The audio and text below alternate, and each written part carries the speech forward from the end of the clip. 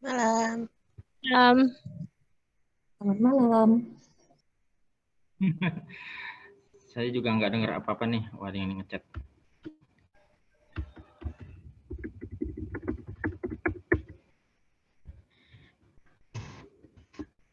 Saya kena cahaya ya. Oh, Kayak diinterogasi ya, Kang. iya nih di sini baru banget sholat Isya, maksudnya baru banget azan Isya, jadi nanggung banget tadi kalau nggak ini duluan. Mepet rupanya. Jadi baru nongol, maaf ya.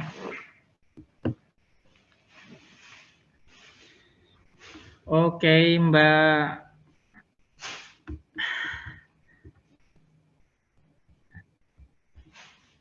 Mbak Jihan sudah siap?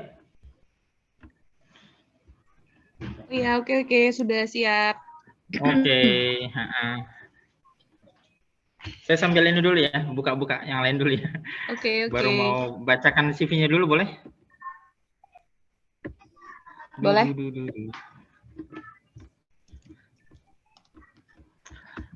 Oke.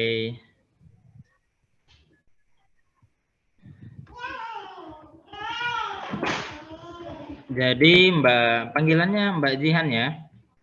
Iya. Mbak Jihan ini blogernya, ngeblognya di jjingga.com, di mana ada aktivitas utama yaitu sebagai penyuluh spesialisasi narkoba di wilayah Kementerian Agama. Betul Mbak ya? Iya, betul. Jadi sering berinteraksi dengan pecandu, pengedar, dan yang terkaitnya.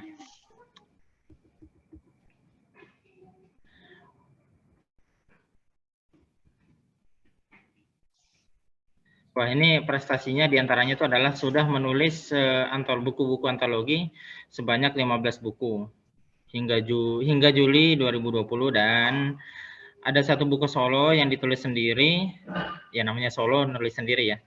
Judulnya Narasi Gurunda, terbit pada Desember 2019.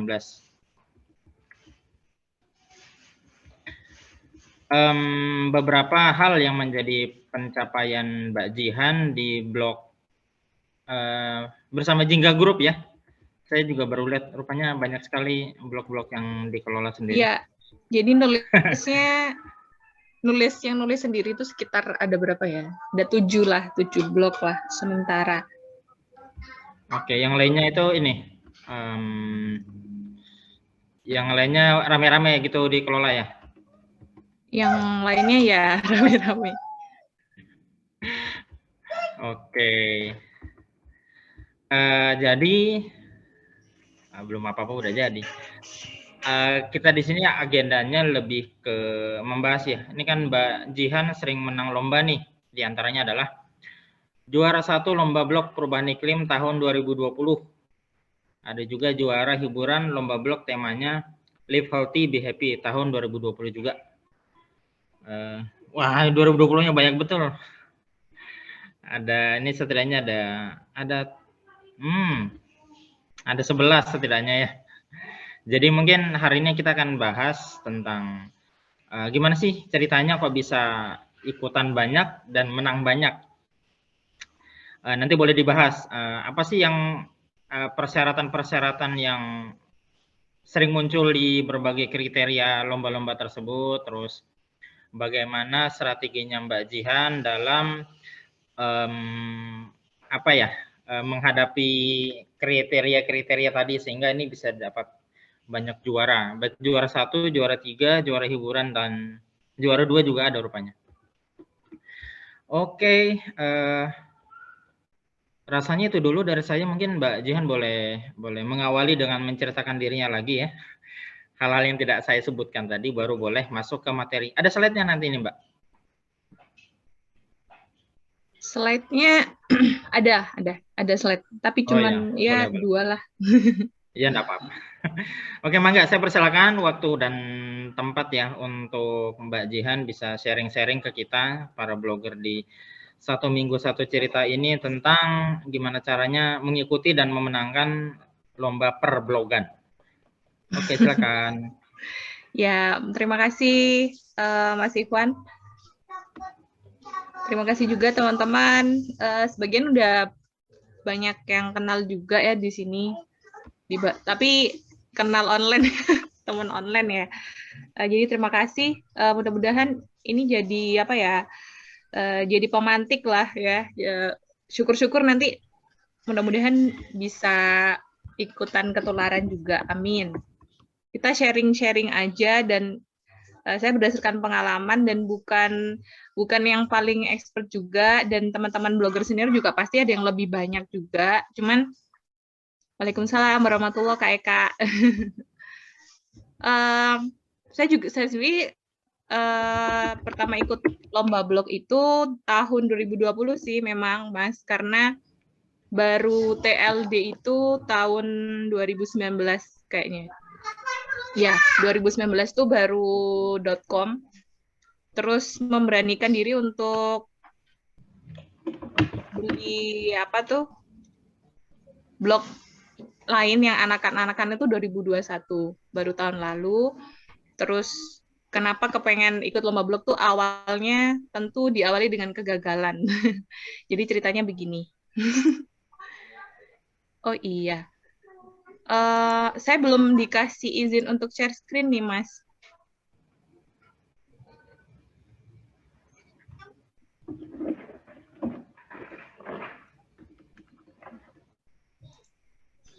Jadi awalnya ikut lomba itu tahun 2020 ya.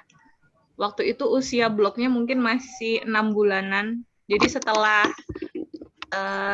ikut kelas blogging, seperti teman-teman yang pernah ikut, mungkin di sini ada beberapa, saya lihat ada yang pernah ikut kelas blogging dari BRT ya.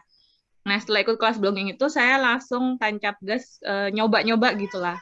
Nah, itu nggak nanggung-nanggung. Pertama kali ikut lomba tuh, lomba SEO.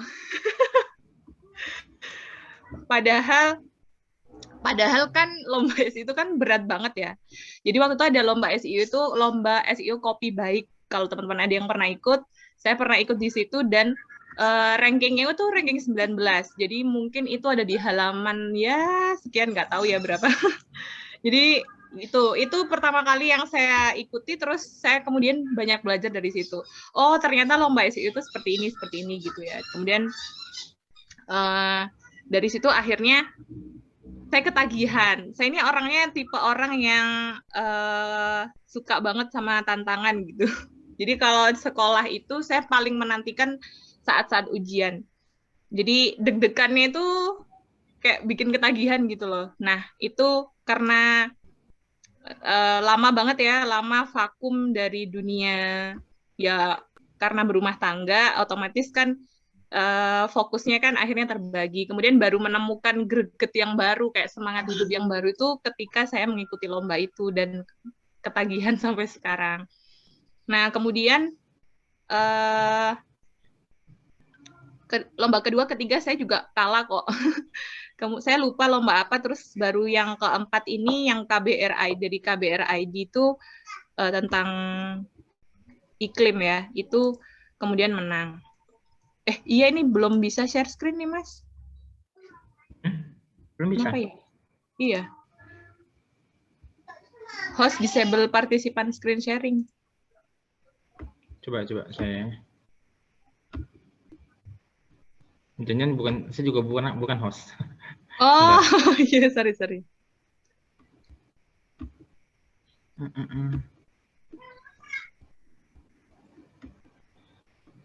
Apa langsung aja kali ya?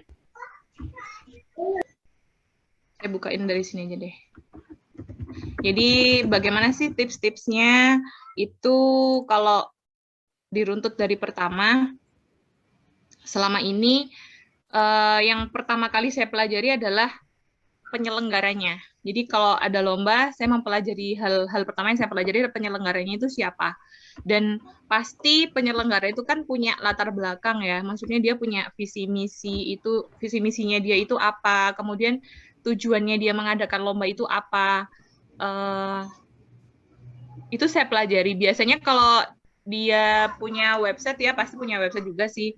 Itu ada di about us-nya mereka, atau mungkin di bagian disclaimer atau tema juga dari tema yang mereka tentukan itu kita juga bisa pelajari apa sih yang sebenarnya mereka inginkan dari tulisan kita gitu kan.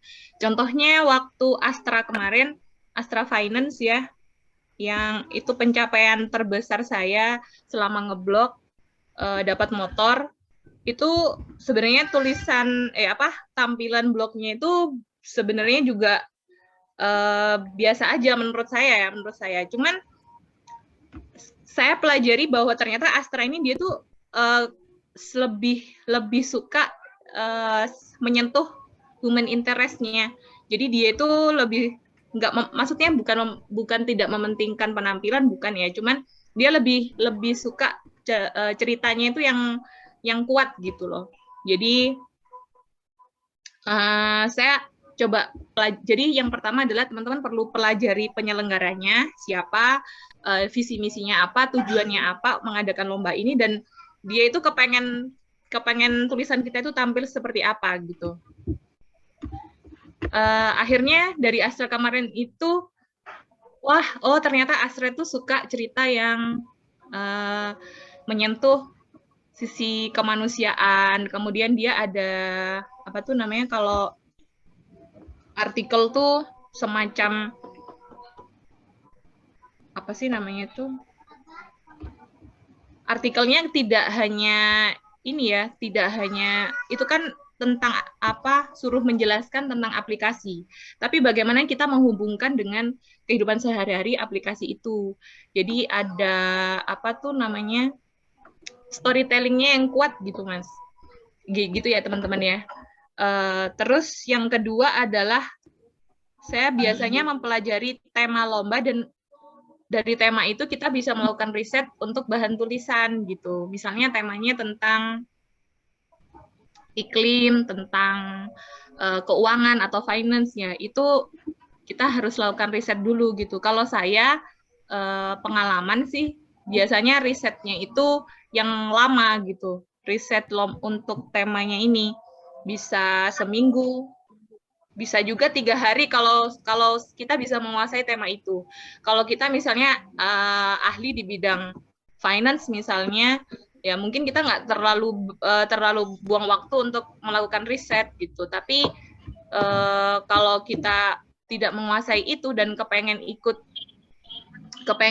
di dalam perlombaan itu, ya kita mau nggak mau harus lakukan riset gitu. Kalau contohnya kemarin kan saya benar-benar nggak menguasai tentang ekonomi ya, tentang finance juga. Jadinya kemarin tuh saya sempat yang lomba demokrasi ekonomi, lomba finance Astra, lomba Tom's ID.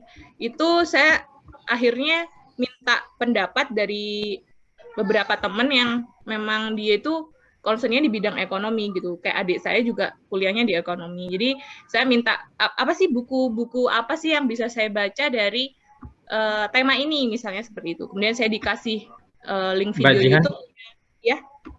Udah bisa ya? Coba udah bisa belum? Oke. Oh ya udah, ini udah.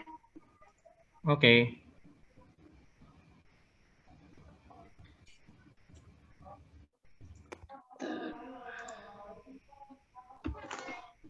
Ya. Kelihatan ya? Udah full belum sih? Kelihatan. Oke.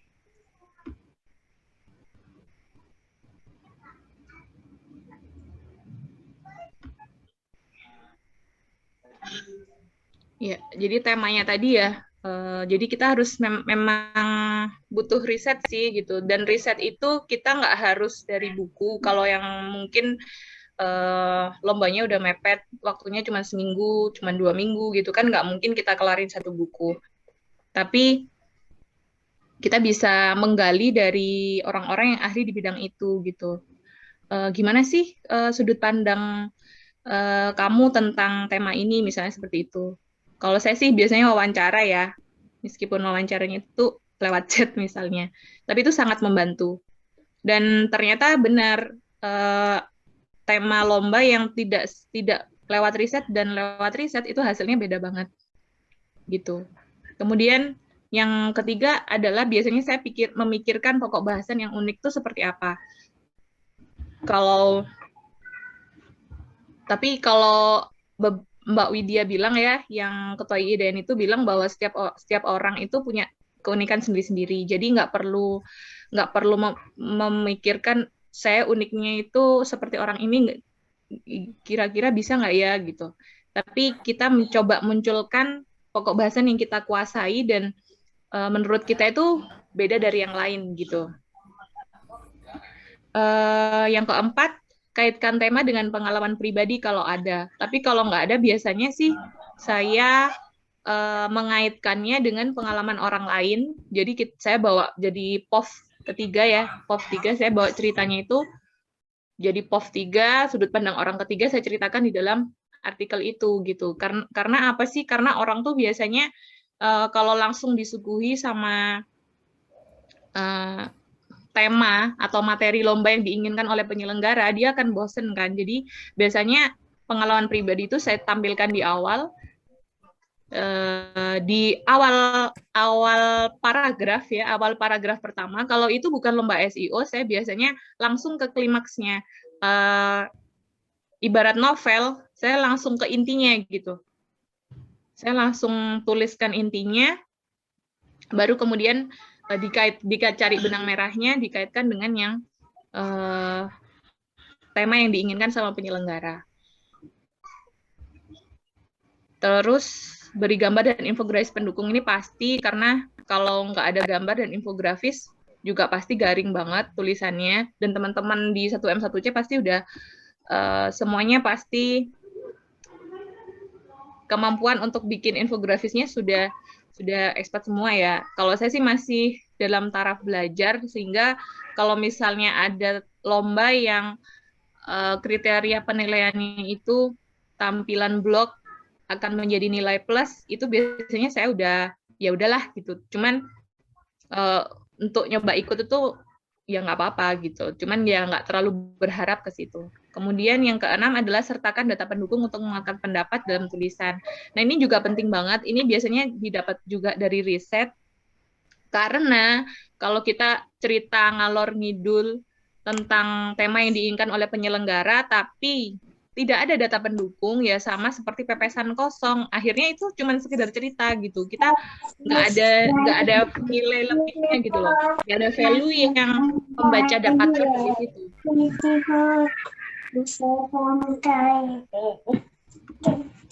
Gitu.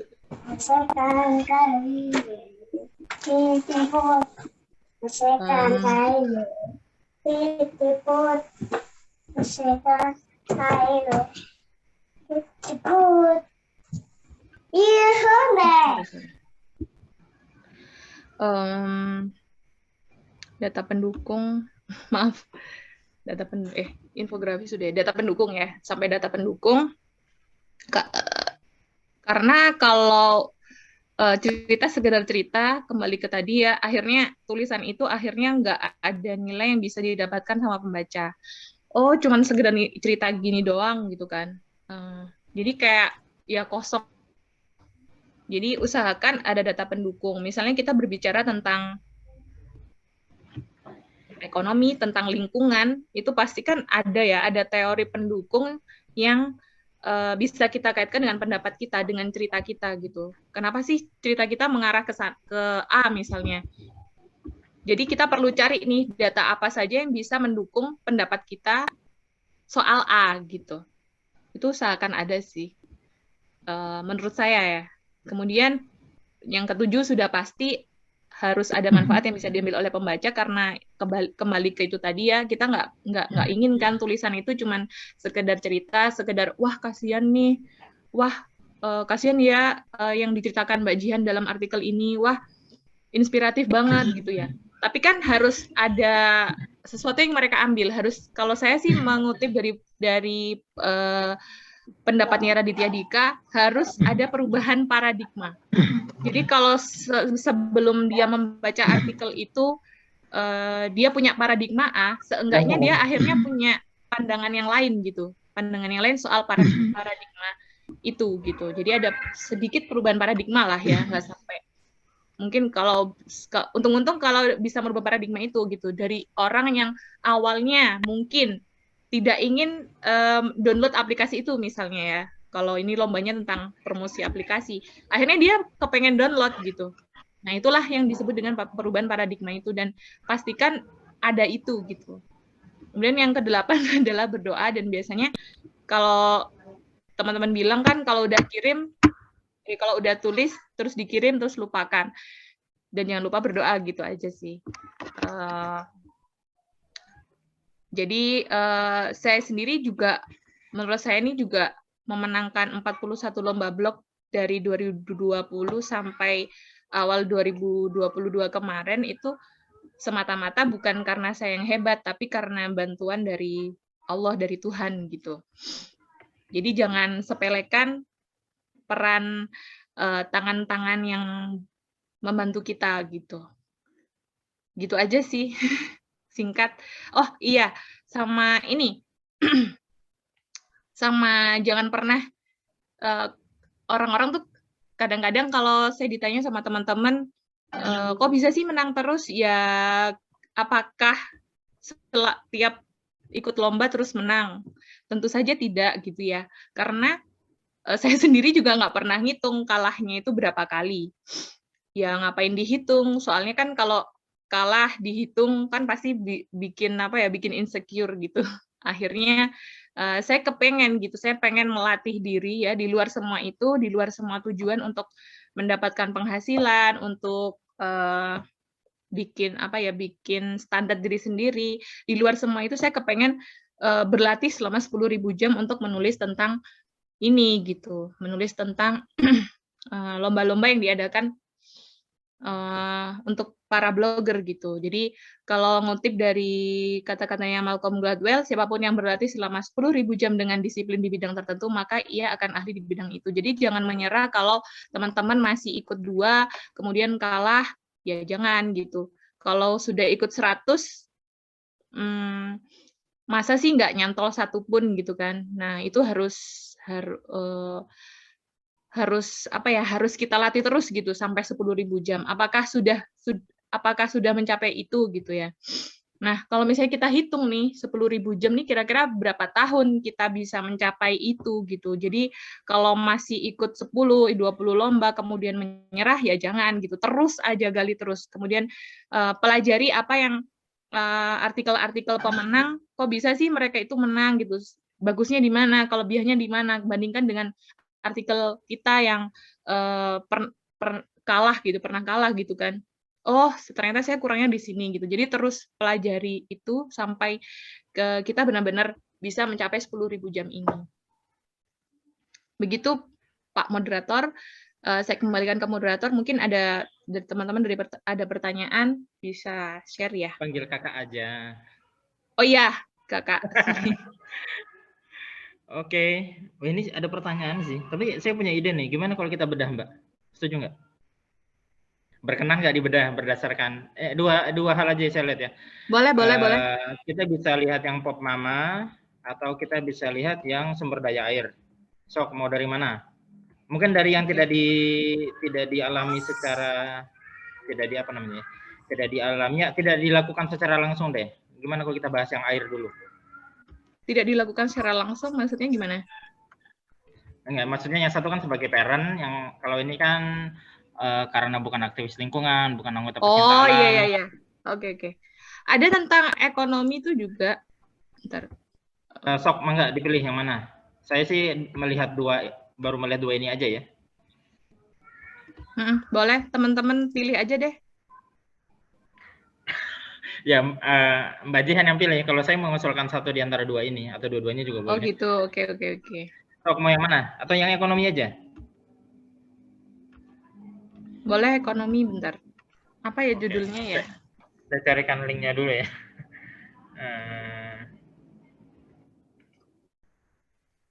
Oh iya, ada linknya ya. Lupa.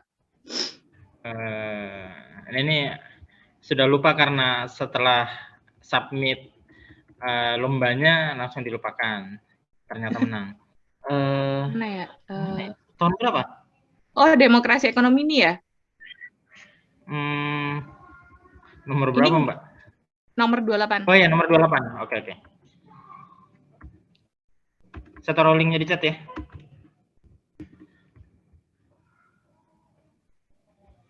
Oke, silakan Mbak dibedah dulu, kita bedah dulu. Ini nih udah, tulisannya. aku udah tampilkan kan ya? Ini kelihatan kan ya? Sambil ditampilkan boleh. Sekarang belum? Oh, belum. Oh iya, sorry, bentar. Mungkin layarnya ada banyak, monitornya ada banyak. Keliru monitor mungkin. Udah, nih. Oke, siap. Oke. So, pertama kan Ya. katanya dimulai dari point of view pribadinya sebelah mana nih? Ini ya. Jadi saya langsung ke kasus. Jadi waktu itu kan temanya ini juara 2. Ini dapat dua nominasi sih, juara 2 sama juara favorit. Oh ya, temanya itu demokrasi ekonomi. Jadi waktu itu diselenggarakan sama, lupa ya. Lupa aku. Ya gitulah ya. Jadi temanya tentang demokrasi ekonomi. Kemudian saya kan bilang tadi, teman-teman yang sering BW-an sama saya mungkin udah hafal ya. Kalau ada seperti ini tuh saya udah selalu buka dengan, jadi salah satu kiat itu saya buka dengan klimaks atau inti ceritanya itu saya tampilkan duluan gitu. Jadi biar mereka itu tertarik gitu harapannya. Jadi ini paragraf pertama. Ini saya menceritakan tentang, sebenarnya ini dari film. Film, tahu nggak sih ini film apa? Ada biksu. Itu loh yang apa sih? Film Korea, drama Korea. Jonggong. Ada yang tahu nggak? Bukan Jonggong. Jonggong tabib ya. Teman-teman coba deh. Siapa? Iya benar. Ya, Iya. Ini dari film Vincenzo Casano. Jadi waktu itu, jadi dari film saya kelola jadi cerita gitu ya, jadi cerita. Jadi di situ tuh kenapa sih? Jadi mereka tuh harapannya ingin memberikan edukasi kepada masyarakat. Kenapa sih kita itu harus mulai melek yang namanya demokrasi ekonomi, tidak hanya demokrasi politik gitu kan. Nah, kemudian saya tampilkan nih kisah-kisah nyata penderitaan buruh perusahaan X. Nah, ini baru, ini kan seolah-olah kan ceritanya kan nyata ya dari sini. Dari paragraf pertama ini kan seolah-olah kisahnya itu, wah siapa nih gitu kan ya. Nah, terus di sini, ini saya ungkap bahwa dalam drama Korea Vincenzo gitu. Nyawa So. Nah, ini kan, ini sih. Terus didukung dengan data, ini contohnya, kasus keguguran ratusan buruh es krim Ais yang sempat rame dulu itu ya, sempat diboikot juga, jangan beli es krim ini gitu kan. Nah, ini juga data. Terus, ini baru saya kasih pendapat saya gitu. Jadi setelah data, kemudian pendapat. Ini juga pendapat. Kemudian, ini menyentuh langsung ke mereka. Kenapa kita butuh yang namanya demokrasi ekonomi seperti itu. Terus fakta juga. Ini ini nggak dibacain kan ya? Jadi teman-teman nanti bisa baca sendiri. Ini juga data dari riset juga. Nah, ini. Terus yang terakhir adalah kesimpulan. Dan kesimpulannya biasanya juga saya tutup dengan quotes atau kalimat yang akhirnya kalau misalnya itu sebagai bentuk opini, tulisannya berupa opini, akan kita lempar juga gitu ke pembahasan. Menurut kamu gimana nih gitu. Intinya seperti itu sih.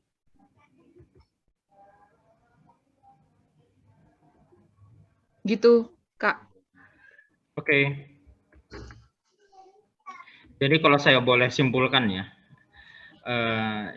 secara struktur ini diawali dulu dengan suatu kisah atau konflik ya, atau suatu klimaks yang sifatnya individual. Ya. individual, kemudian bagaimana si konflik individual ini kita nyatakan menjadi bahwa ini konflik bersama, kan gitu. Yaitu lewat data dan fakta yang ditemukan lewat riset. Iya. Ya, jadi dari cerita pribadi yang emosional yang menyentuh itu kita angkat menjadi kenyataan bersama lewat berbagai macam data fakta. Yang kemudian kita kita lanjutkan dengan opini kita. Kan kalau di sini kan opininya itu kan start dari kita butuh demokrasi ekonomi ini ya. Setelah di atas tuh ada masalah pribadi, kemudian kita validasi dengan data fakta yang lebih lebih global ya, lebih nasional gitu ya. Kesimpulannya adalah opininya adalah kita butuh demokrasi ekonomi. Iya. Opini dikuatkan dengan pendapat gitu ya. Iya. Oke, diakhiri dengan kesimpulan. Oke. Terus jadi kalau bicara storytelling kan storytelling itu kan bagaimana kita cerita awal mulanya bagaimana, kemudian kita munculkan konfliknya, baru ceritanya akan selesai ketika muncul resolusi terhadap konflik yang udah klimaks tadi kayak gitu. Iya. Betul. Oke, kita sampai situ dulu. Nah, kita lanjutkan sama tanya jawab. Boleh kita mulai dari yang ada di chat ya. Oke, pertama, Mbak Jihan mau tanya, sebaiknya submit artikel kapan ya? Mendekati deadline atau jauh sebelum deadline? Waduh. Silakan dijawab dulu deh. Kalau saya sih, tadi ada tips yang tambahan ya. Biasanya sih saya bikin timeline deadline sendiri gitu, Misalnya kalau lomba ini submit terakhir tanggal 10, saya akan bikin deadline untuk diri sendiri, lomba ini submit terakhir tanggal 5. Jadi ada waktu untuk mengendapkan tulisan itu. Kalau ada waktu ya, kalau nggak ada ya nggak apa-apa juga sih mepet. Cuman jangan terlalu mepet, setidaknya ya sehari sebelum.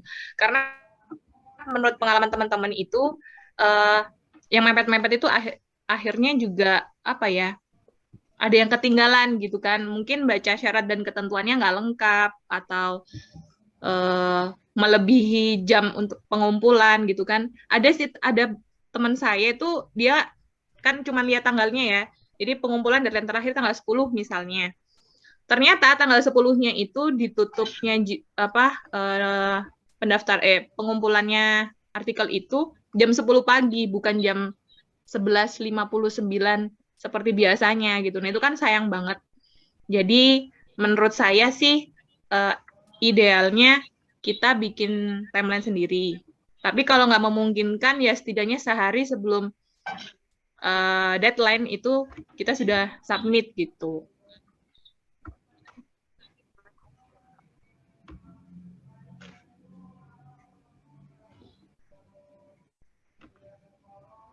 Kak Eka ya tadi.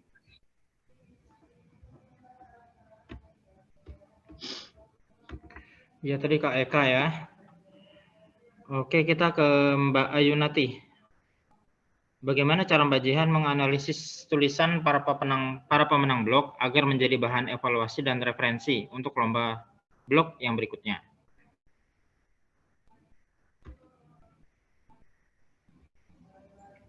Biasanya sih saya bacanya setelah lomba itu selesai, Mbak. Kalau lombanya belum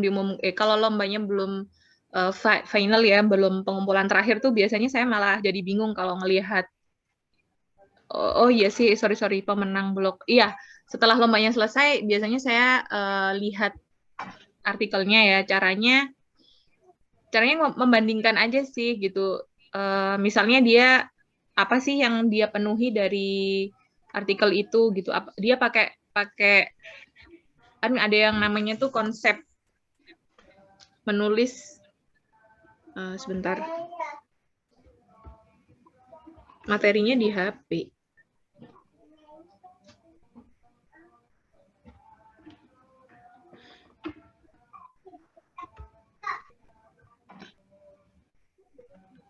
Apakah dia mulai menulis dengan sorry. Jadi ada ya formula dari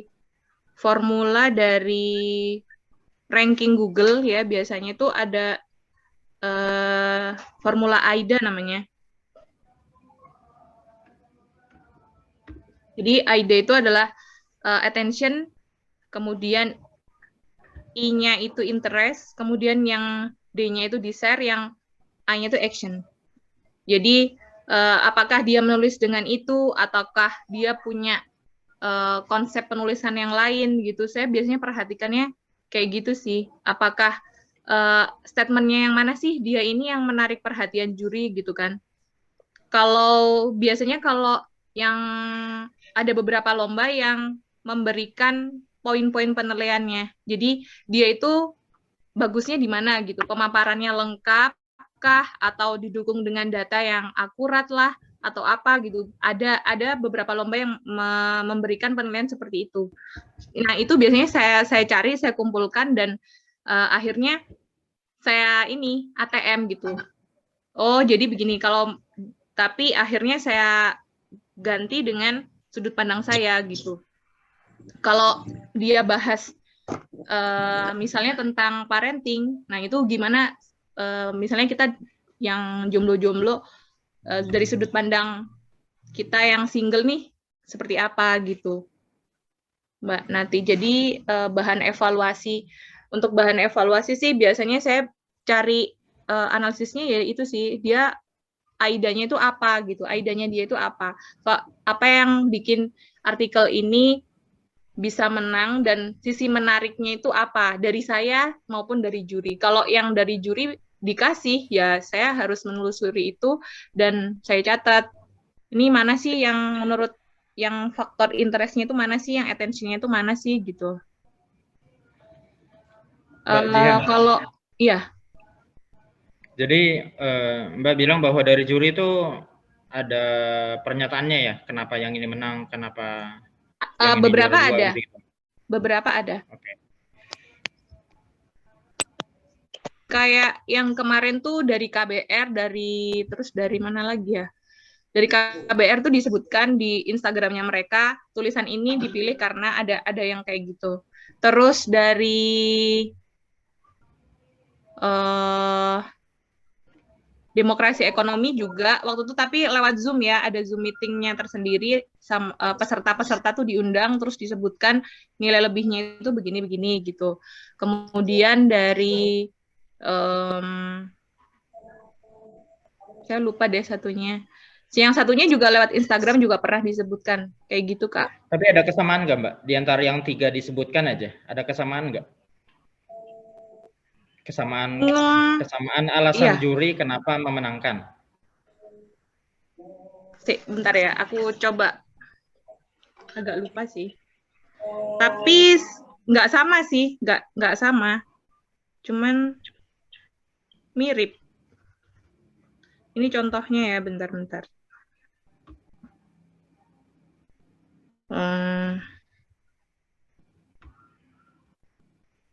Mudah-mudahan masih ada nih.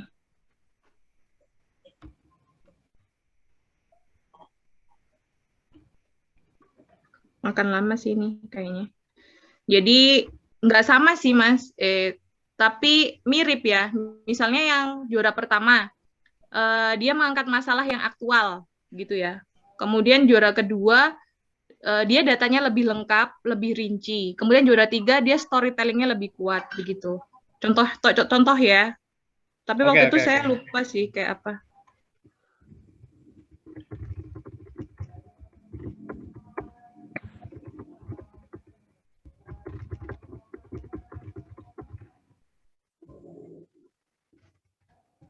Nanti kalau nemu saya kasih ke Mbak Nati ya. Ya, dikasih di grup juga nggak apa-apa. Oh iya. Oke, Mbak, kita lanjut ya. Ini ada soal judul nih. Ada tips membuat judul lomba nggak? Apakah mirip-mirip stylenya Hipwi, ataukah stylenya IDN Times, atau yang lebih formal? atau mungkin stylenya SEO misalnya? Gimana Itu pendapatnya? tergantung lombanya juga sih. Kalau lomba SEO jangan yang ini, jangan yang kayak kita ikut lomba Asus atau lomba Astra, karena sudah pasti mereka targetnya kalau lomba SEO kan kamu peringkat berapa di halaman di Google gitu kan, peringkat 1, 2, 3, 4 gitu. Kalau yang ngadakan itu kayak kemarin baca terus, ada yang ikut baca terus nggak? Kalau yang baca terus itu kan mereka mirip IDN Times ya, pakai listicle. Ya kita pakai judulnya pakai listicle karena mereka suka dengan itu. Kalau yang Kompasiana kemarin kalau saya lihat pemenangnya tuh lebih ke ini storytelling sih. Dan tipsnya apa ya Judul menurut yang judul ya? storytelling itu gimana ya? Oh bukan, enggak maksudnya yang apa sih jurnalis sastrawi ya mereka bilang. Jurnalisme sastrawi mungkin. Kalau tipsnya apa ya Mbak? Saya sebenarnya kalau kenapa? menyesuaikan dengan penyelenggara, pada prinsipnya menyesuaikan dengan penyelenggara. Iya. Betul. Cuma Ya, yang memang pertama penyelenggaranya kan macam-macam ya. Ada yang cari SEO-nya, ada yang kemudian cari apa ya? Mungkin cari title yang menggugah misalnya. Cari ledakannya di mana gitu. Jadi kalau saya kalau misalnya inti pembahasannya itu tentang apa gitu ya. Misalnya kita cerita tentang parenting. Kemudian inti cerita kita itu apa? Itu yang biasanya saya jadikan judul. Misalnya kalau yang kemarin Pop Mama itu kan tentang sekolah ibu. Jadi yang sekolah ibu lah yang saya jadikan judul. Dan biasanya yang ledakannya itu atau apa ya, yang inti ceritanya itu saya tampilkan di kalimat kata-kata di awal, baru kemudian si penyelenggaranya saya taruh di belakang. Atau bisa juga kalau temanya itu harus ada di judul, ya kita ngikut penyelenggaranya juga gitu. Temanya kita taruh di kalimat awal, kata-kata di awal, ya. Kemudian yang inti dari ceritanya boleh kita taruh di belakang. Itu tergantung penyelenggaranya aja. Nah, kalau di Kompasian itu biasanya saya lebih ke kalimat-kalimat yang apa ya, kayak misalnya bumi di tahun 2583 kayak gitu-gitu sih. Terus nafas apa gitu ya, kayak apa ya, apa sih nyebutnya, aku kok nggak ngerti ya sebutannya ya. Pokoknya kita sesuaikan sama penyelenggara lah Mbak Anggi. Jadi kalau mereka minta listicle biasanya ketahui 5 sebab gitu kan ya. Biasanya ada angkanya kan gitu. Ada angkanya kalau listicle. Jadi kalau saya lihat tulisannya Mbak Jihan tentang yang Pop Mama ini ya, jadi kan diawali sama kenapa belajar parenting itu penting. Salah satu diantaranya itu karena nggak pernah ada di sekolah formal. Jadi dari mengapanya kemudian turun ke ada salah satu solusi nih. Jadi tadi klimaksnya di situ, solusinya adalah adanya Pop Mama Parenting Academy kayak gitu. Nah, solusi ini yang kemudian ya di bawahnya memang dijelaskan ya di artikel bahwa manfaatnya apa, kelebihannya apa dan seterusnya. Nah, tapi solusi ini yang kemudian dijadikan title ya. Title-nya adalah Pop Mama Parenting Academy 2020 Sekolah Ibu Zaman Now kayak gitu. Mungkin zaman now-nya itu yang disebut meledak ya. Parenting sekolah ibunya sih. Sekolah ibu. Oke. Ya. Jadi intinya di situ bahwa inti dari artikel itu adalah Pop Mama ini adalah sekolah ibu gitu, tapi sekolah ibu yang berbasis online gitu kan. Biasanya kan ada sekolah ibu yang kita sebut yang kayak benar-benar sekolah gitu, kayak kita berhadapan dengan apa gurunya. Tapi kalau yang di Pop Mama ya kayak gitulah. Makanya saya sebut zaman now itu karena dia bisa online gitu, ada konsultasi online-nya. Oke. Tapi ini yang 2020 ini kayaknya mereka lebih ke SEO-nya. Saya lihat kemarin itu Kak, soalnya juara 1, 2, 3 itu yang di halaman pertama Google. Yang 2021 kemarin kayaknya baru enggak. Jadi ini juga tricky juga sih, kita meraba-raba kan jadinya. Apakah penilaiannya itu, kadang kan nggak disebutkan penilaian berdasarkan apa gitu ya. Cuman pokoknya artikelnya sesuai dengan tema, memenuhi syarat dan ketentuan gitu kan. Kita nggak tahu mereka penilaiannya ada yang diambil dari halaman 1, 2, 3 Google, ada yang ternyata enggak gitu kan. Yang 2020 ini kebetulan banget, ternyata yang saya lihat juara 1, 2, 3 adalah yang di halaman pertama dan ada urutannya gitu, 1, 2, 3. Ada Mbak Bayu, ada Mbak Helena kayaknya waktu itu. Oke. Tapi ini Mbak, ini lanjutan pertanyaan karena penyelenggaranya mengacu ke SEO ya. Berarti dari kita mesti ada effort untuk ini enggak? Backlink atau banyak promosi supaya tulisannya dianggap berkualitas sama Google segala macam. Kalau saya sih, kalau selama di penilaian itu nggak ada mencantumkan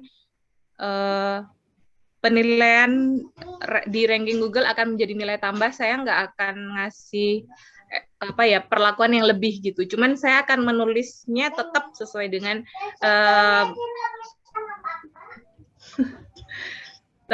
dengan sesuai SEO on page gitu. Jadi keywordnya itu harus ada di judul, harus ada di heading, di permalink, dan lain sebagainya.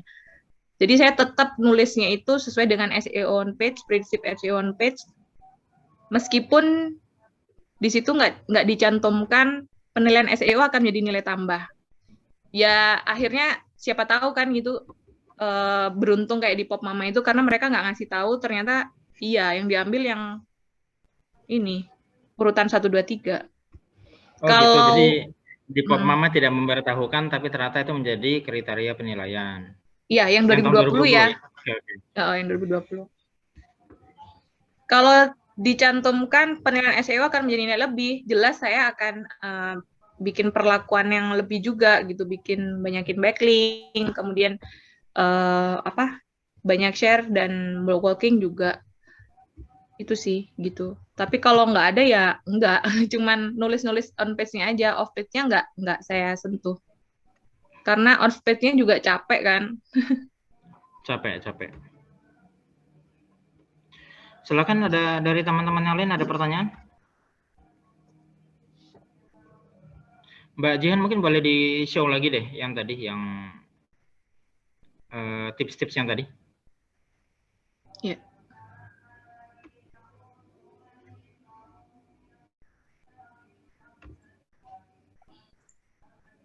Udah?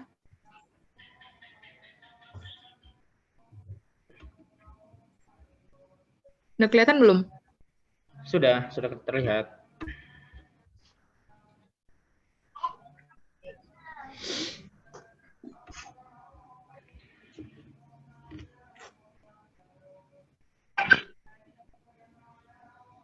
Nomor 3 deh Mbak, pikirkan pokok bahasan yang unik. Ini ada cara nggak memvalidasi bahwa ya hanya kita yang akan menulis seperti itu? Enggak sih. Nggak bisa divalidasi ya? Okay. Tapi mungkin kita bisa menduga, oh ini udah banyak nih yang nulis nih kalau angle-nya begini nih.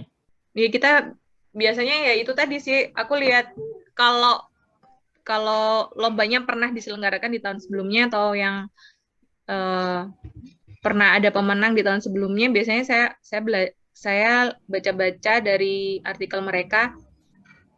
Oh gini gitu. Jadi pesertanya ini kebanyakan bahas apa sih gitu. Tapi kalau memang benar-benar baru diadakan, biasanya saya ya itu sih, kira-kira ini bakal banyak dibahas nggak ya kalau dari sudut pandang ini gitu.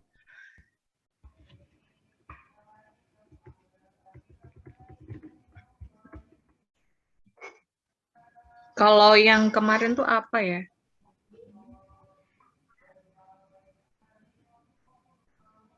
Oh, yang Indozone. Yang Indozone itu kan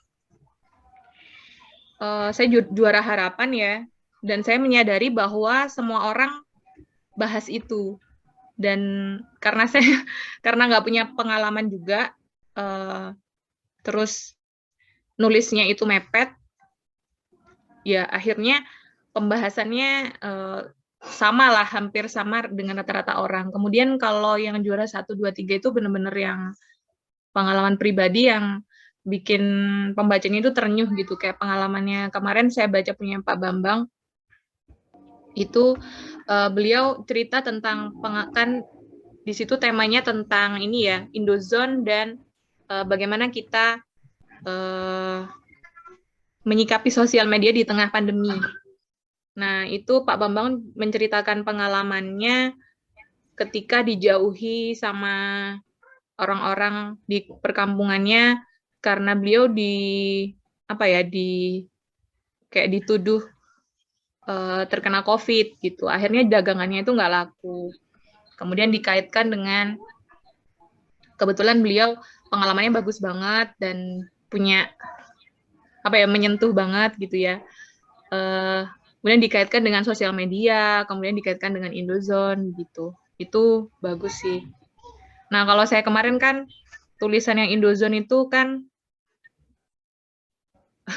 gimana sih kaitannya sosial media di tengah pandemi dan dikaitkan dengan Indozone, ya begitu-begitu aja kan. Maksudnya ya kita kebanyakan akan berpikir bahwa sosial media di tengah pandemi ini bisa bikin stres, bisa bikin happy juga gitu kan.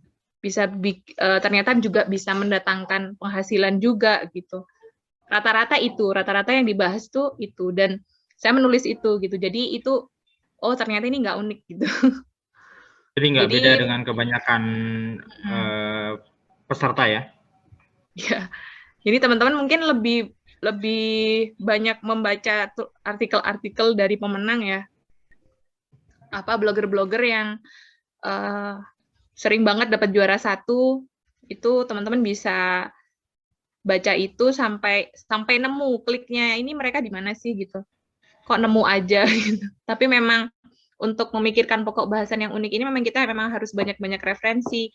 Meskipun kita nggak punya pengalaman itu, kita mungkin bisa menceritakan dari buku, bisa dari film kayak Vincenzo tadi, atau dari pengalaman orang lain misalnya, pengalaman adik, pengalaman kakak, atau ayah, ibu, dan sebagainya lah. Itu bisa kita jadikan itu sih. Jadi riset yang untuk mencari data, fakta, gambar, infografis itu tujuannya ada 2 ya. Pertama, cari yang mana yang menguatkan, kemudian cari yang mana yang membedakan.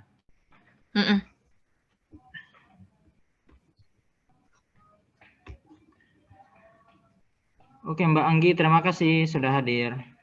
Semoga deadline-nya segera tuntas.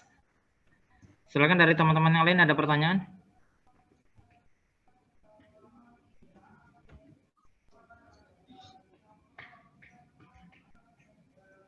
Baru mau 1 jam kita.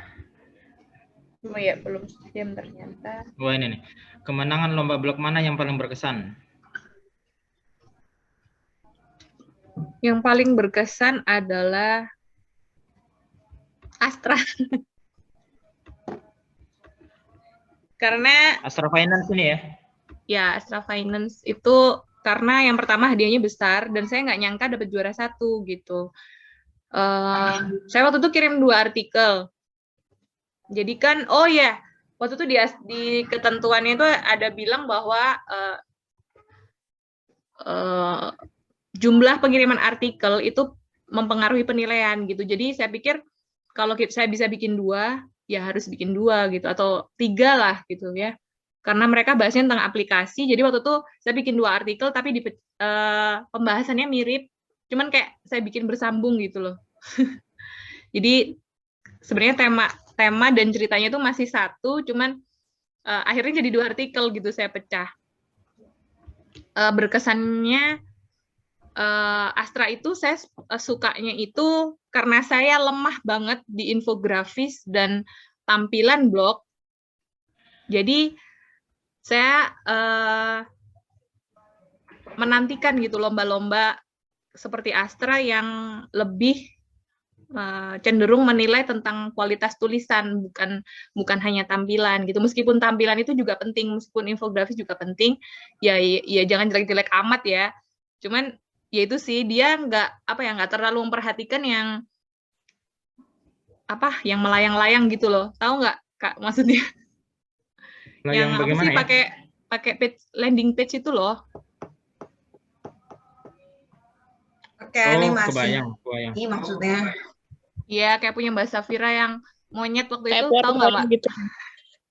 Ya apa WP Bakery gitu kan, yang tuing gitu. Heeh. Gitu kan, Mbak. Itu maksudku. Aku tuh suka Jadi dia tuh dia itu. floating mengikuti scrollnya ya. Kalau kita scroll ke bawah, dia floatingnya Iya. masih ada. Iya, jadi ya bagus lah. Aku sampai wah bagus sekali gitu ya. Jadi saya belum baca pun itu biasanya saya udah wah bagus banget gitu kan. Karena saya nggak bisa di situ, akhirnya saya nyari lomba yang nggak mementingkan itu gitu biasanya. Itu Jadi Mbak Vita. banyak mana Mbak? Mana yang banyak? Kebanyakan mementingkan tampilan visual atau kebanyakan mementingkan kualitas ceritanya, kualitas tulisannya? Sejauh yang pernah saya ikuti 50-50 sih jumlahnya. Oh iya, 50-50 ya. Jadi infografis nggak Iya. kalah penting ya. Infografis Ya. gambar nggak kalah penting. Iya, betul. Sama ini nih Mbak. Satu paragrafnya berapa baris ngaruh nggak? Maksudnya itu bagian dari tampilan visual kan? Oh iya, betul. Ini kan ada yang 1, ada yang 2, ada yang 3, ada yang 5, tapi kan nggak ada yang benar-benar sampai 10 baris misalnya gitu. Iya, jangan sampai biasa kalau ini ya, kalau ada yang lebih dari 5 kalimat itu berarti saya hilaf. Saya berusaha mengendalikan satu paragraf itu maksimal 5 kalimat kalau di blog ya, karena kan tampilannya kalau di mobile itu akan jadi panjang dan itu membosankan gitu. Oh, satu paragraf maksimal 5 kalimat supaya tampilan di mobile-nya nggak panjang banget ke bawah gitu ya? Ya, baik di mobile juga di web juga di desktop. Desktop juga lebih bagus gitu sih ya, nggak lelah gitu mata tuh. Oke, lanjut ya. Biasanya riset berapa lama tadi sudah dijawab nggak sih? 1 minggu ya, paling sedikit. Jumlah kata dalam artikel itu biasanya Mbak Jihan berapa? Suka dicek nggak? Iya, suka. Itu juga kita harus ini ya, harus lihat ketentuannya juga. Kan ada tuh maksimal 1.500 kata, ada yang 1.000 kata, ada yang 750 kata. Jadi jangan sampai, saya pernah ikut yang lomba Kominfo kalau nggak salah. Itu maksimal 1.000 kata ternyata. Akhirnya udah ngetik banyak banget, udah dapat 2.000 kata lah. Kita harus mangkas. Mangkas itu, wah, udah itu mangkas tulisan itu berat banget dan akhirnya itu kayaknya saya menyalahi ketentuan sih, lebih 20-an kata lah. Jadi sesuaikan dengan apa yang dimau sama penyelenggara. Kalau dia maunya 1.000 ya patuhi 1.000 gitu. Oke.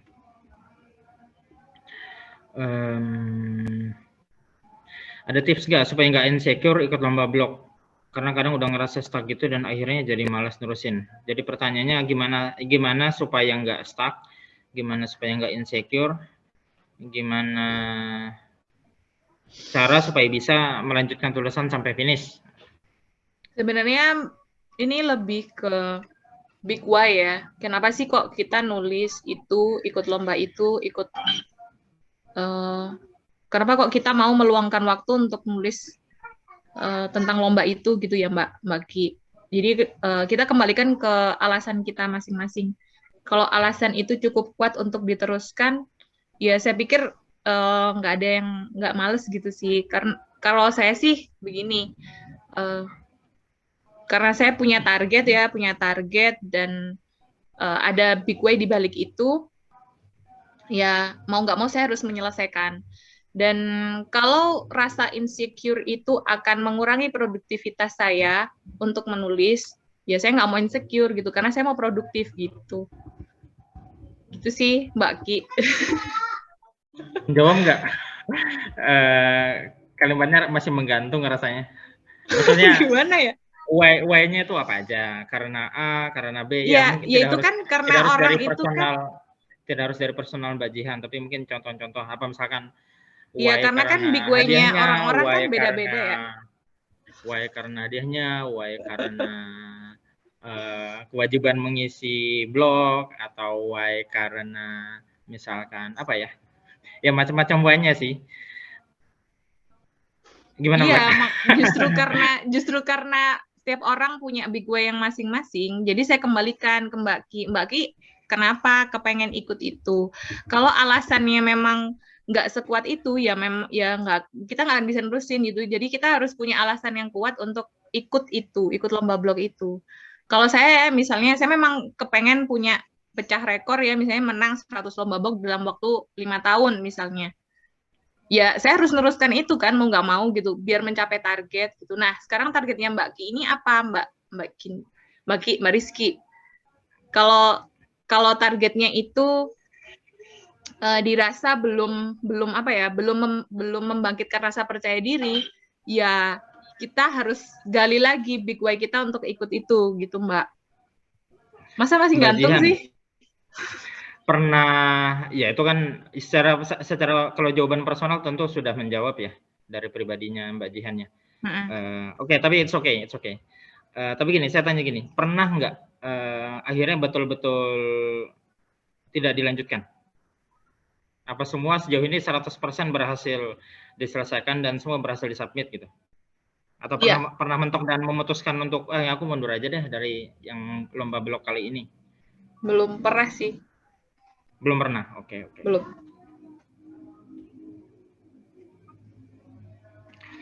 Ini ada pertanyaan Mbak, kalau deadline lomba masih ada, tapi sudah submit, boleh nggak sih kalau kita edit lagi kayak typo gitu? Boleh kan ya? Karena mungkin Boleh. juri baru memeriksa Iya. setelah tanggal deadline-nya ya, tanggal Terakhir maupun ya. jam deadline ya. Oke. Saya tadi juga mau nanya apa ya? Kok malu lupa?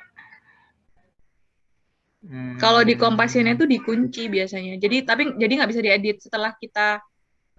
Oh iya, khusus oke. Kompasian itu kalau kan itu platformnya mereka mungkin melakukan itu gitu ya. Apalagi kalau lombanya itu biasanya yang pakai menyertakan PDF ya. Kan ada kan? Mengirim PDF lewat PDF-nya. email maksudnya? Enggak, ada Gform-nya itu kan ada kolom submit-nya itu link artikel sama berupa PDF.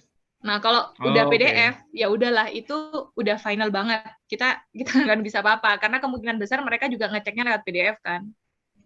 Itu. Oh, selain PDF ada juga yang Word, kayak gitu. Ini ada nih dari Mbak Reneria. Kalau misalnya pernah ikut lomba, terus nggak menang, habis itu diedit nggak artikelnya? Misalnya backlink-nya dihapus dan semacamnya.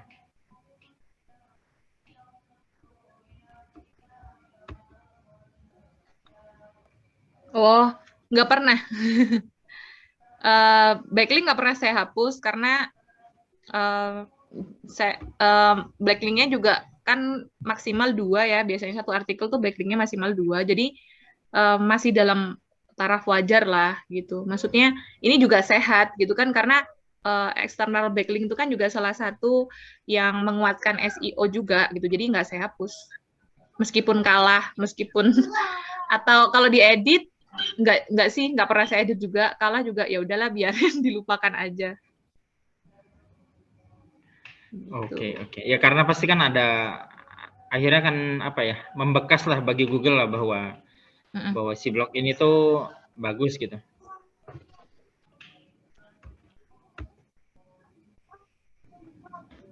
Kalau ini ada dari Mbak ini apa, Mbak Ning.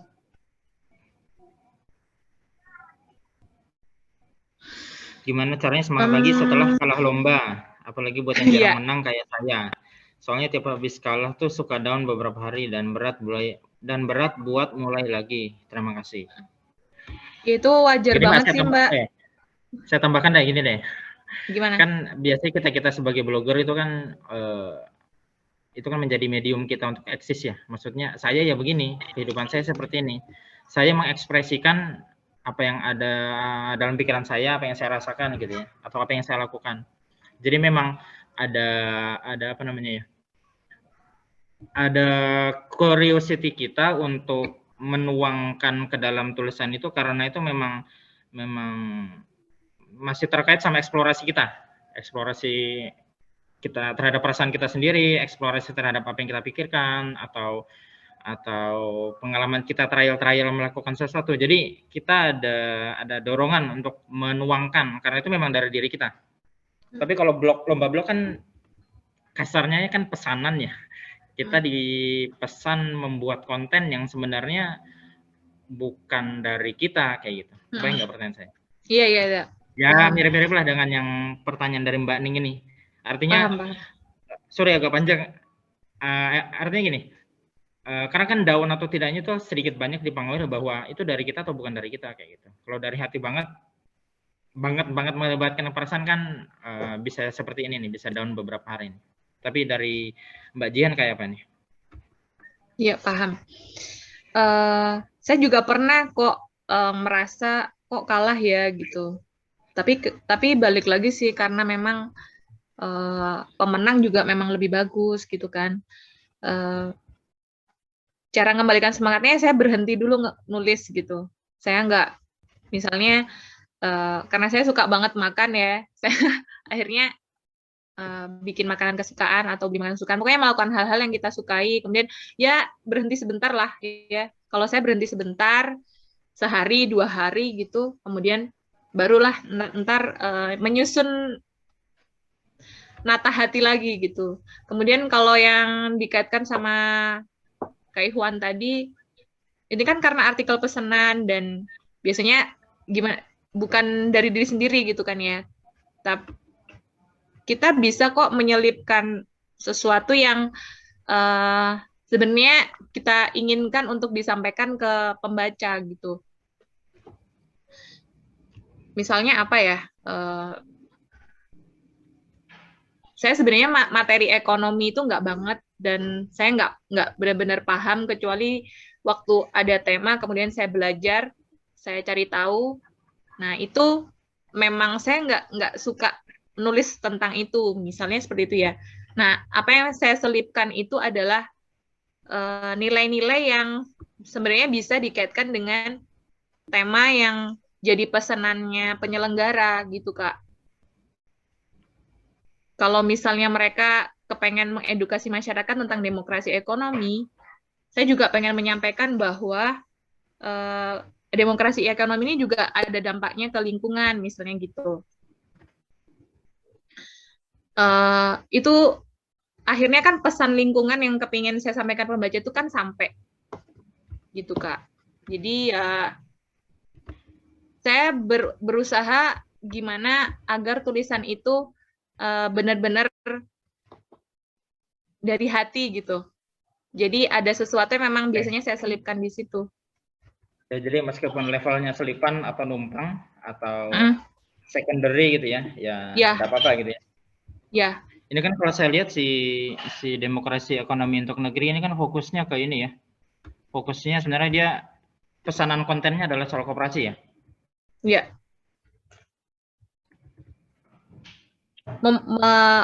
Memfusikan kembali koperasi di Indonesia. Memfungsikan gitu. Koperasi kembali di Indonesia.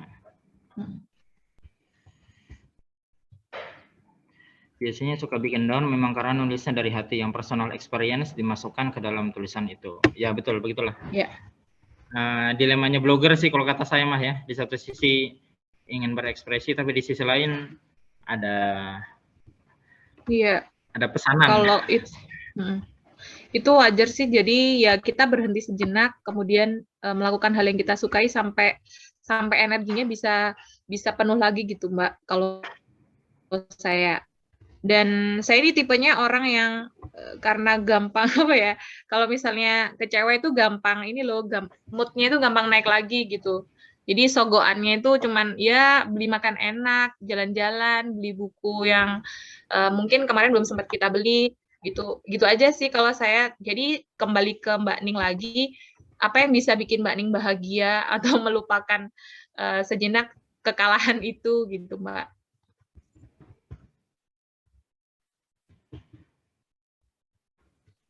Oke, siap. Terima kasih sama-sama. Sama-sama. Mbak Rini, Iya Mbak, kecuali lebih dari 2 backlink, biasanya akhirnya saya hyperlinknya saya ilangin. Maksimal 2 kan ya, gitu.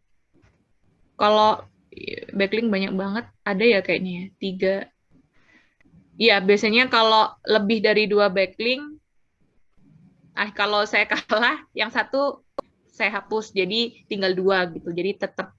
Tapi tetap mengarahkan ke mereka gitu, ke penyelenggaranya tetap nggak hilang, backlink-nya nggak. Hapusnya setelah pengumuman pemenang gitu ya? Iya, jadi kan tadi Mbak Rini kan nanya, pernah nggak hapus atau nggak edit artikel yang kalah backlink-nya itu loh.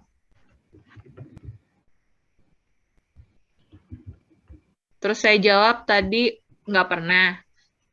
Karena biasanya mereka mintanya cuma 2 backlink kan maksimal. Kalau lebih dari 2 backlink, iya saya edit. Saya hapus 1.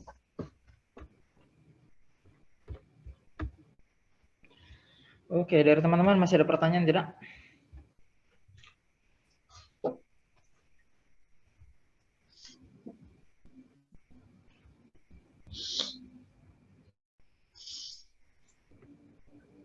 Mbak Ki udah terjawab belum Mbak Rizky?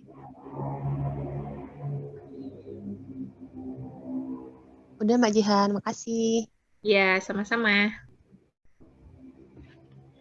Mbak Rizky ini harus kita jadikan narsum juga nih sebenarnya. Betul itu. Dia lomba SEO kan berkali-kali juga menang tuh. Mana sih Mbak Ki? No. Yang Jangan. apa tuh kita Mbak Ki saingan tuh? Veronica ya? Veronica, Seva, Oh ya, Seva. Seva, ya sama benar. EF kan, EF. EF. English first. Oh iya, IF. Tapi aku waktu itu IF belum begitu belum begitu ngerti SEO waktu itu Mbak Ki. Yang effort banget tuh yang Seva sama Veronica. Tapi dapat favorit kan kemarin ya? Ya, tapi kan Mbak Ki kan lebih juara 2 ya. Juara 2 apa juara 1 tuh? 2. Oh, juara 2. Habis ini ada lomba SEO lagi nih Mbak Ki. Gas Iya, nih. belum mulai. Sama. Masih cari moodnya dulu. Maret ya? Maret. Oh ya, aku mau nanya ke Mbak Ki nih. Sekalian nih. Apa tuh? Biasanya ya kalau lomba SEO itu Mbak Ki maksimal publish artikelnya itu berapa? Hamin berapa dari batas pengumpulan? Kalau yang kemarin tuh Hamin 1 sih. Hah? Serius? Hamin 1. Jadi Mbak Jihan ini bertanya soal kekhawatiran bahwa dia belum muncul di page yang diharapkan ya karena terlalu mepet. Jadi kita daftar dulu kan, submit dulu. Sebelumnya kita udah optimasi gitu. Artikelnya udah dibikin kan, terus kita baru submit. Nah, setelah misalnya kita nih selesai artikelnya tuh seminggu sebelum deadline, itu kan belum submit. Nah, itu kita optimasi dulu aja. Oh, gitu. Oke. Baru submit. Berarti gitu. ada tanggal posting dan ada tanggal submit gitu ya? Iya. Oh, berarti maksimal Mbak Ki ini seminggu publish-nya itu seminggu sebelum ya, maksimal ya? Iya. Iya, Hamin 7 postingnya, baru submit URL-nya Hamin 1 gitu ya? Ya, benar. Soalnya kan itu ya Mbak Ki, kita kan butuh proses untuk dia ajeknya itu di page berapa gitu kan? Kan nggak langsung jadi. Berarti dipantau dulu sampai berhenti dong? Iya. Kan dia kan kita harapkan naik gitu ya? Iya. Iya, kayak yang apa ya kemarin? Ini Mbak Rizky yang jawab nih. Berarti untuk masukkan backlink ini sebaiknya sesuai dengan permintaan penyelenggaranya ya? Ya atau tidak? Iya, benar. Misalnya diminta 5 backlink, gitu. Masukin 5 dong. Atau tidak? Tapi kemudian diubah lagi. Kalau misalkan nggak menang, kemudian diedit lagi. Yang 5 itu dikurangi menjadi 2 gitu. Kalau aku sih jujur langsung aku hapus. Buset, Oh Pernah iya, dihapus. pernah tak bilang sama Mbak Jihan ya kalau nggak menang langsung tak hapus backlinknya. dihapus. Oh, ada alasan khusus Jadi nggak Mbak Ki? nggak Ada ada sih, alasannya SEO atau alasan lain? Hmm. nggak sih. Pokoknya ya tak hapus aja gitu. Kalau Ya misalnya pribadi lah. ini ya Ini ada Mbak Ray ada pertanyaan ini. Lebih suka upload lomba kapan? Awal atau mepet deadline? Ya karena apa benar kalau submit atau upload di awal itu ditiru sama yang lain? Ya, bener itu. Oh jadi peserta itu tahu ya? Peserta tahu bahwa oh sudah ada ini yang upload, sudah ada Saya ini yang pernah upload. di Dari searching ATM atau banget. dari Google searching atau dari mana Mbak? Biasanya ya bisa dari Google searching, bisa dari upload media sosial kita kan biasanya lomba tuh kan Oh iya iya iya. mereka mengharuskan untuk share di media sosial. Punya saya yang Ya. main Tera itu juga pernah di ATM banget. Headingnya itu headingnya mirip, hampir sama sih ya. Alhamdulillah kayaknya nggak ada di 1M1C. Jadi tapi alhamdulillah ya jurinya itu mungkin karena saya pertama kali mengumpulkan, mungkin dia udah tahu ya kayak idenya itu juga udah sama banget gitu. Main Tera ya, teman-teman bisa. Oh ini aku share link aja deh, Main Tera. 1M1C soalnya postingannya agak santai. Santai. Jadi Nunggu dikit. ini plek banget, sampai headingnya itu plek banget. Dan alhamdulillah ternyata orangnya nggak menang gitu. Tapi saya nggak ini sih Mbak, nggak memikirkan nanti akan ditiru atau enggak ya. Ya udahlah kalau ditiru juga nggak apa-apa. Maksudnya jadi mungkin kalau saya kalah dan yang meniru itu menang, mungkin bukan rezeki saya, cuman ya santai aja sih gitu. Tapi ini Tapi menang Mbak ya? yang main Tera, Yang iya. iya menang juara 1 yang main Tera ini. Hmm. Dan orangnya nggak, kan itu ada berapa juara ya? Ada 3 sama favorit juga 3, ada 6. Dan orangnya alhamdulillah juga nggak masuk favorit gitu. Orangnya ngumpulkannya itu, saya ngumpulkannya hamin seminggu kayaknya. Orangnya ngumpulkannya hamin 1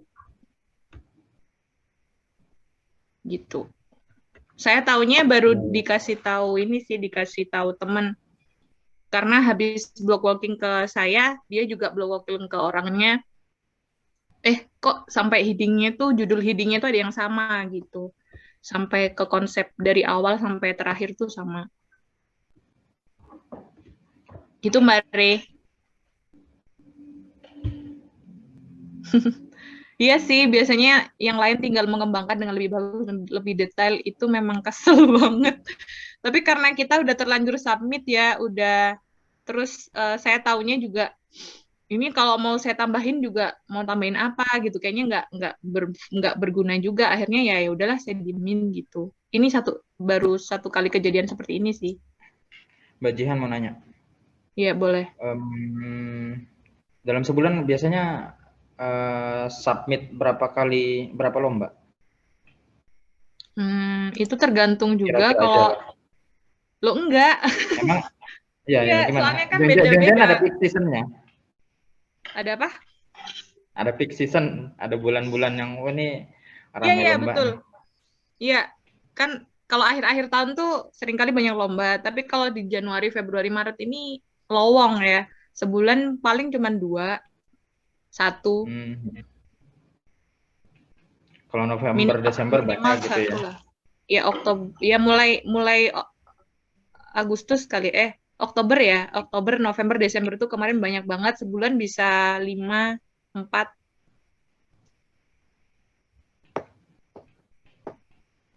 Oke. Dari teman-teman yang lain ada pertanyaan? Atau dari Mbak Rizky yang mau nambahkan? Mbak Ki boleh nambahkan? Mbak Kini bos gengnya grup membaca loh, kalau saya nggak keliru ya. Iya, saya juga sudah memantau. Hebat banget nih. Seminggu baca berapa artikel, Mbak Ki? Gimana? Seminggu baca berapa artikel, teman-teman? Aku Kok kan cuma jadi... bagiin. Aku cuma Oh, bagiin cuman aja yang bagiin. baca teman-teman. Wah, ketahuan Gitu. deh ya. Satu orang tuh dapat seorang tuh dapat bisa tergantung ya kalau misalnya minggu tema itu tadi cuma 4-5 artikel. Mm-mm. Nah, kalau non tema bisa sampai 20 artikel gitu. Kemarin yang ada 7 orang tuh dapat 20-an artikel. Wow. Deadline-nya 4 hari. Wow. Keren. Oke, udah cukup Iya, lama iya. nih. Berhubung kita nggak pakai kita pakai Zoom-nya yang Limit. berbayar, jadi kita bisa agak lama memang. Oh.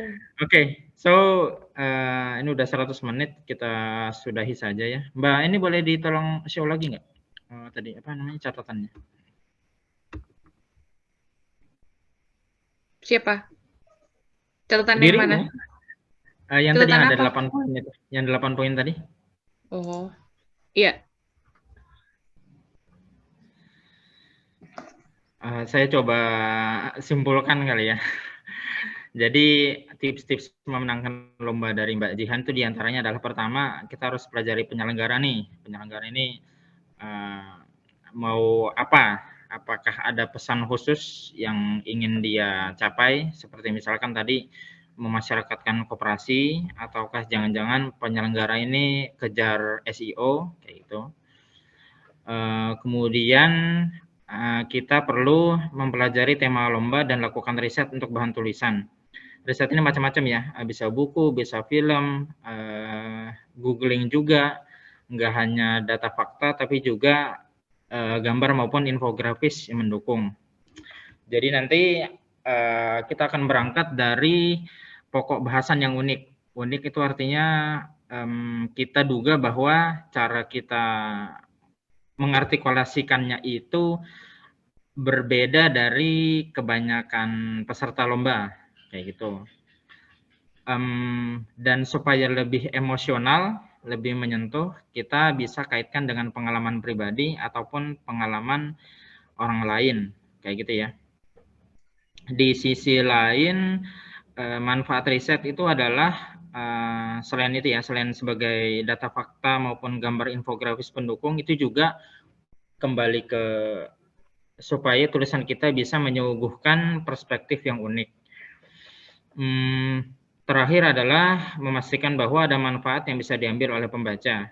Karena di samping memang ada pesan yang dipesan oleh penyelenggara, juga kita sebagai blogger tentu juga akan ingin menyampaikan pesan dari kita pribadi, kayak gitu. Terakhir adalah setelah submission, setelah pengumpulan, kita tutup dengan berdoa bahwa kita sudah riset dan berikhtiar semaksimal mungkin, dan kita mendoakan supaya ini menjadi rezeki kita, kayak gitu. Demikian kesimpulan dari saya. Makasih buat Mbak Jihan yang sudah hadir sebagai narasumber ya di sharing session 1 minggu 1 cerita kali ini. Makasih juga buat teman-teman yang sudah hadir, Mbak Rizky juga. Jadi Ya, terima kasih. secondary narasumber nih. Baik, terima kasih teman-teman. Terima Selamat kasih ya malam. Mbak Jihan, Makasih, teman-teman. Mas Iwan, makasih semuanya. Ya, pamit ya. Assalamualaikum. Waalaikumsalam warahmatullahi wabarakatuh. Assalamualaikum.